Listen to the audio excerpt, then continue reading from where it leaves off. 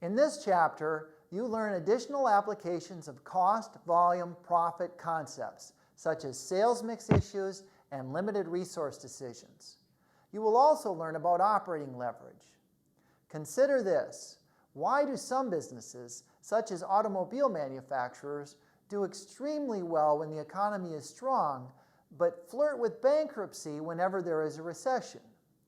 While all businesses do better in a strong economy, automobile manufacturers are far more susceptible to economic swings than other businesses. One of the main reasons is their cost structure. Automobile manufacturers have huge factories with very expensive automated equipment.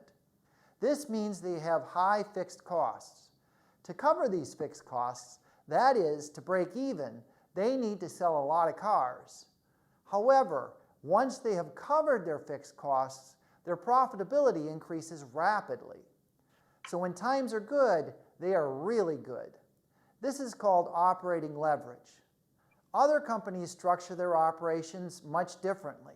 For example, some famous clothing and shoe companies do not own any manufacturing facilities. Instead, they outsource their operations. This means that more of their costs are variable. This reduces their exposure to changes in sales volume, but it also reduces their upside. Managers need to understand how operating leverage affects their operations and plan accordingly.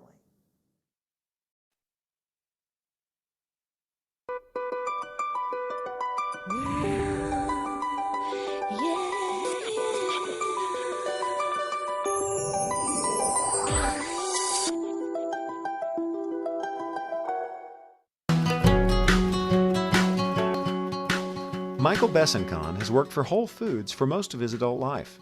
He loves his job, and that has a lot to do with the fact that he feels good about the Whole Foods mission.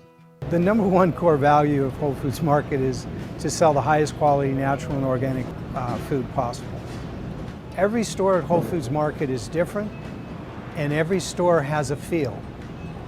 You could blindfold me and take me into a Whole Foods Market anywhere in the country, and I would know I was in a Whole Foods if I didn't see any signs, because I would know it by the feel. Whole Foods sells mostly organic groceries with an emphasis on fresh produce. Their commitment to sustainable agriculture, collaboration with suppliers, and community wellness makes them a premium brand that costs a little more than their big box competitors. But maintaining high quality and great value for their customers without compromising their core values is the true secret to their success.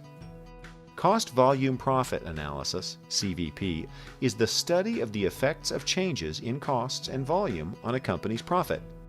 It is important to profit planning, determining product mix, maximizing use of production facilities, setting selling prices, and is often reported in a CVP income statement format for internal use. The income statement classifies costs as variable or fixed and computes a contribution margin, the amount of revenue remaining after deducting variable costs. Let's start by reviewing some basics about CVP analysis, specifically break-even analysis, target net income, and margin of safety. For sake of simplicity, let's assume you are selling just one product, tomatoes, at a farmer's market. The break-even point can be computed by taking fixed costs and dividing by the contribution margin, sales minus variable expenses. Contribution margin can also be expressed in the form of the contribution margin ratio, contribution margin divided by sales, providing the break-even point in dollars versus units. When a company is in its early stages of operation, the primary goal is to break even. Failure to do so will lead to financial failure. Once you've determined the break-even point, you'll want to set a sales goal that will generate a target net income. This will provide you with required sales in either units or dollars, depending on whether you use a contribution margin per unit or a contribution margin ratio. Finally, the margin of safety indicates how much sales can decline before you are operating at a loss, and again, can be expressed in dollar terms or as a percentage. Okay, that seems easy enough. Now let's get back to Whole Foods, where things are slightly more complicated because Whole Foods doesn't just sell tomatoes. They sell thousands of different products with different costs that fluctuate constantly under a variety of market pressures such as the weather, competition, and transportation costs. Produce could be higher because of lower freight costs in one area, and in another area it could have a lower margin on it. What you have to do is you have to blend your margin across the full spectrum of product.